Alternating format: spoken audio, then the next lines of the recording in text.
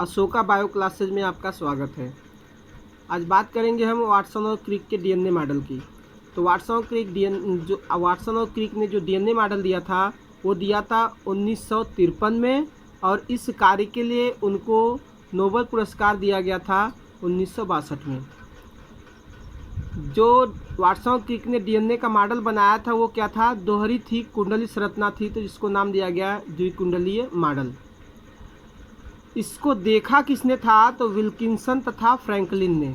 तो विल्किंसन तथा फ्रैंकलिन ने एक्सरे विवर्तन के आंकड़े के आधार पर, उन्हीं के आंकड़े के आधार पर वाटसन और क्रिक ने 1953 में डीएनए का मॉडल बनाया, और इस डीएनए के मॉडल के बनाने के 9 वर्ष बाद यानी 1962 में इन्हें वाटसन और क्रिक को नोबेल पुरस्कार दिया गया। डीएनए की जो संरचना होती है वो निम्नलिखित आंकड़े के आधार पर दर्शाया गया है। यानी डीएनए जो होता है ये कैसा होता है, 2 पॉलीन्यूक्लियोटाइड श्रृंखला का बना होता है, जिसमें आधार कौन होता है, शर्करा और फास्फेट होते हैं। ये जो डीएनए होता है इसकी एक श्रृंखला की जो घुमाव होता है वो 5' से 3' के दिशा में होता है, तो दूसरे का जो घुमाव होता है वो 3' से 5' की दिशा में होता है। दोनों रज्जुक मीन्स जो न्यूक्लियोटाइड हैं, दोनों रज्जुक आपस में किससे जुड़े होते हैं, हाइड्रोजन बांड से जुड़े होते हैं। और इनमें जो होती है क्षार की बात करें तो एडेनिन के साथ थायमीन और ग्वानिन के साथ साइटोसिन होता है। एडेनिन जो होता है वो थायमीन के साथ दोहरे हाइड्रोजन बांड के साथ, जबकि ग्वानिन जो होता है साइटोसिन के साथ तिहरे हाइड्रोजन बांड के साथ जुड़ा होता है। ये दोनों जो श्रृंखला होती है, यानी कि जो डीएनए का मॉडल इन्होंने बनाया था तो उन्होंने देखा था इसके जो घुमाव होती है, घुमाव की दिशा क्या होती है, दक्षिणावर्त होती है।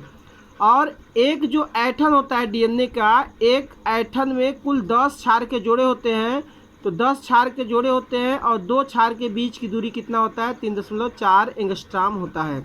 ये जो इन्होंने डीएनए का मॉडल बनाया था, ये डीएनए का मॉडल जो था इसकी चौड़ाई जो थी 20 एंगस्ट्रॉम थी। आइए इसे चित्र द्वारा समझते हैं। तो इसमें जैसा कि दिखाया गया है, ये जो अभी पढ़े थे हम लोग कि शुगर और फास्फेट क्या होते हैं, इसमें सांचे का फ्रेम का काम कर रहे हैं। ये शुगर और फास्फेट जो है इसमें फ्रेम या सांचे का काम कर रहा है। इसके अलावा जो क्षार है, एडेनिन बताए थे थायमीन के साथ जुड़ते हैं डबल हाइड्रोजन बांड के साथ, इसी तरह से ग्वानिन जुड़ता है साइटोसिन के साथ ट्रिपल हाइड्रोजन बांड के साथ। तो ये जो फ्रेम यानी सीधी सी बात समझा जाए जिससे सीढ़ी बोलते हैं, तो जो बांस होता है, बांस का काम एक तरह से समझा जाए कौन, शुगर और फास्फेट कर रहे हैं, और जो उनके बीच जो डंडे होते हैं, डंडे का काम कर रहा है नाइट्रोजन युक्त क्षार। तो उस क्षार में जो होता है एडेनिन थायमीन के साथ और ग्वानिन साइटोसिन के साथ जुड़ रहा है। अब वही बताया जा रहा है इसमें कि जैसे इसकी जो बनाए थे उन्होंने वाटसन और क्रिक मॉडल, तो उसकी उस डीएनए की मोटाई यानी चौड़ाई कितनी थी, तो 20 एंगस्ट्रॉम थी। ये जो इसमें जो बताया गया था कि जो दिशा थी, तो दिशा क्या था, 3' से 5', और अगले वाले की क्या थी, 5' से 3', यानी एक न्यूक्लियोटाइड की डायरेक्शन क्या है, 3' से 5', और दूसरे न्यूक्लियोटाइड की डायरेक्शन 5' से 3' है। ये जो एक ऐठन है, क्वाइलिंग जो है, ये जो फोल्ड एक है, इस फोल्ड की जो लेंथ होती है 34 एंगस्ट्रॉम, तो 34 एंगस्ट्रॉम। और अभी ऊपर लिखे हैं, देखे हैं कि इसमें कितने होते हैं क्षार के जोड़े, 10, तो 10 से डिवाइड करें 34 को, तो इसका मतलब ये है कि 2 क्षार के बीच की दूरी, यानी 2 क्षार के बीच की दूरी कितना हो गया, 3.4 एंगस्ट्रॉम होती है।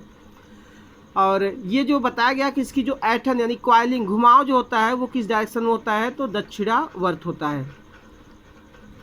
इस तरह से वाटसन और क्रिक ने जो डीएनए मॉडल दिया था ये बी डीएनए का था, यानी बी डीएनए के प्रकार में बी डीएनए जो था उसी का इन्होंने वाटसन और क्रिक ने मॉडल दिया था। वीडियो देखने के लिए धन्यवाद।